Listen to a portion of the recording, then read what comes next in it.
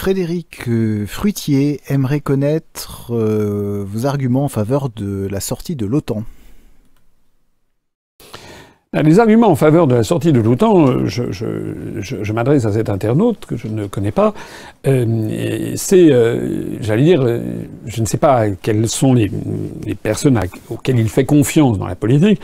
Je lui conseille de lire cet échange assez extraordinaire de Charles de Gaulle et d'Alain Perfit. C'est rapporté dans le livre de Perfit, c'était de Gaulle, où de Gaulle explique que lorsque l'Union soviétique, lorsque le communisme se sera effondré, l'OTAN devra disparaître.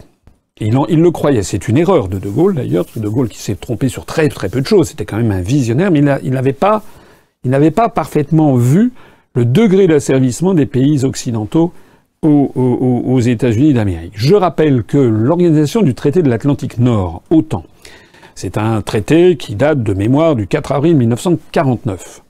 Et qui comporte un article, l'article 13, qui permet d'en sortir.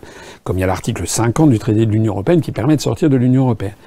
Je rappelle donc que ce traité, organisation du traité de l'Atlantique Nord, visait à organiser une alliance militaire sur le sol européen avec les États-Unis d'Amérique et le Canada, pour faire face à ce qui était perçu comme la menace soviétique. C'est ce qu'on appelle l'atlantisme. Moi, j'avoue que quand j'étais étudiant, je croyais que l'OTAN s'était créée face à la menace grandissante de l'URSS et du pacte de Varsovie, qui était l'équivalent. En fait, j'ai découvert, un certain nombre d'années après, qu'en fait, l'OTAN a été créée en premier. Et le pacte de Varsovie, les forces du pacte de Varsovie, donc du camp socialiste, ont été créés, je crois que le pacte de Varsovie a été créé en quelque chose comme 1953, c'est-à-dire 4 années après.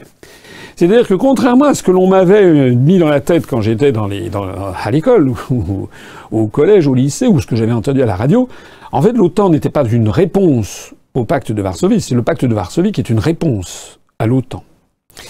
Alors, on peut comprendre que compte tenu du climat de guerre froide, qui nous a été toujours présenté, là aussi quand j'étais jeune, je croyais que c'était toujours de la faute des soviétiques, puis c'était ça qui nous était présenté. En fait, j'ai découvert que c'était beaucoup plus compliqué que ça, et que le moins que l'on puisse dire, c'est que l'impérialisme américain visait aussi à faire le containment, l'encerclement de l'URSS.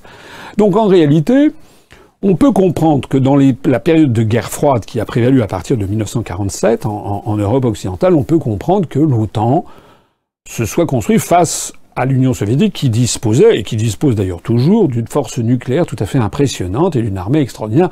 C'est quand même les soviétiques qui ont écrasé l'Allemagne hitlérienne, ce ne sont pas les Américains. Ce sont d'abord les soviétiques qui ont écrasé le péril nazi avec la bataille de Stalingrad et ensuite. Alors, lorsque dans les années 60, De Gaulle avait compris la manœuvre américaine concernant l'Union européenne, il avait décidé d'essayer de s'échapper de l'OTAN. L'OTAN, à l'époque, possédait des bases militaires en France, par exemple à Châteauroux. À Châteauroux, il y avait une base militaire aérienne. Donc De Gaulle, en 1966, décide de quitter, non pas l'OTAN, mais le commandement militaire intégré de l'OTAN. Ça, c'est très important aussi à comprendre. L'OTAN, c'est donc une organisation alliée, une organisation de pays qui font face à la menace soviétique.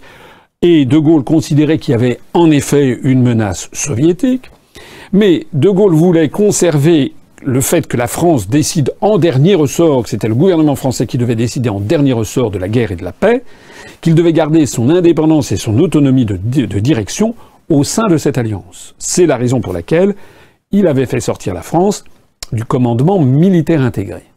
C'est-à-dire que la France conservait son propre commandement dans le cadre d'une alliance où il discutait avec les autres. Ça, c'est donc 1966. Alors depuis lors, bien des choses ont coulé sous les ponts. Et l'essentiel, c'est quand même qu'à partir de 1989, chute du mur de Berlin, 1991, chute de l'Union soviétique, et 1900, alors de mémoire, ça doit être 93 ou quelque chose comme ça, dissolution du pacte de Varsovie. C'est-à-dire qu'il n'y a plus le pacte de Varsovie. Mieux encore, tous les pays de l'Est, sauf l'Ukraine et la Biélorussie et peut-être la Moldavie, mais les autres pays de l'Est qui étaient dans le pacte de Varsovie sont entrés dans l'OTAN avant d'entrer dans l'Union européenne. J'ai souvent cité ce discours du président américain George W. Bush à l'université de Varsovie, et qui, les Américains, ont exigé que les pays de l'Est entrent d'abord dans l'OTAN avant d'entrer dans l'Union européenne. De telle sorte que l'OTAN, maintenant, n'est plus un pacte visant à répondre à la menace du pacte de Varsovie, c'est désormais une posture offensive. Et c'est la raison pour laquelle nous devons sortir de l'OTAN, et non pas seulement du commandement militaire intégré de l'OTAN.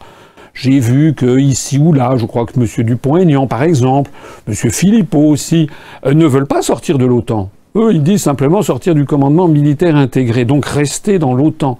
Eh bien, moi, je dis que, comme l'avait dit Charles de Gaulle à Alain Peyrefitte, il n'y a plus de raison objective de rester dans l'OTAN, puisque désormais il n'y a plus de péril soviétique. Je suis désolé, ma lecture des événements, ce n'est pas vrai que la Russie a une posture offensive.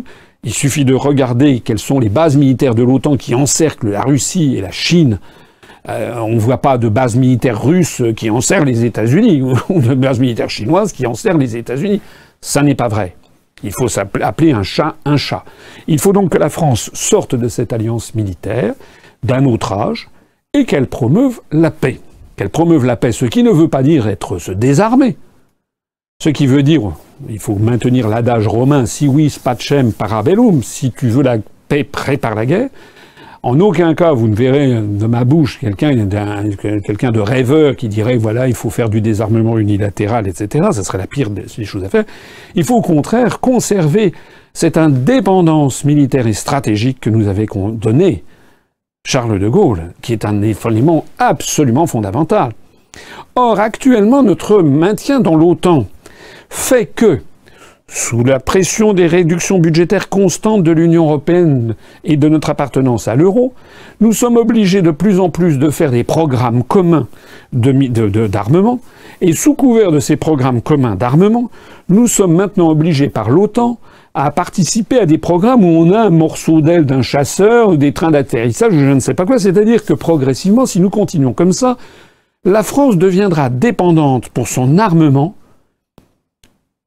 aérien, armement naval, chars, etc., dépendra de programmes multinationaux où nous ne serons plus maîtres de notre destinée.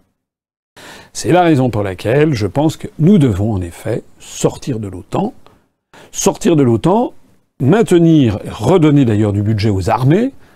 Même Macron, maintenant, en convient, après avoir fait, il a fait un truc puis un autre, vous vous rappelez les problèmes qu'il y avait eu l'année dernière, maintenant il remet le paquet sur le budget des armées, parce que le budget de la défense nationale en France s'est effondré depuis 1960.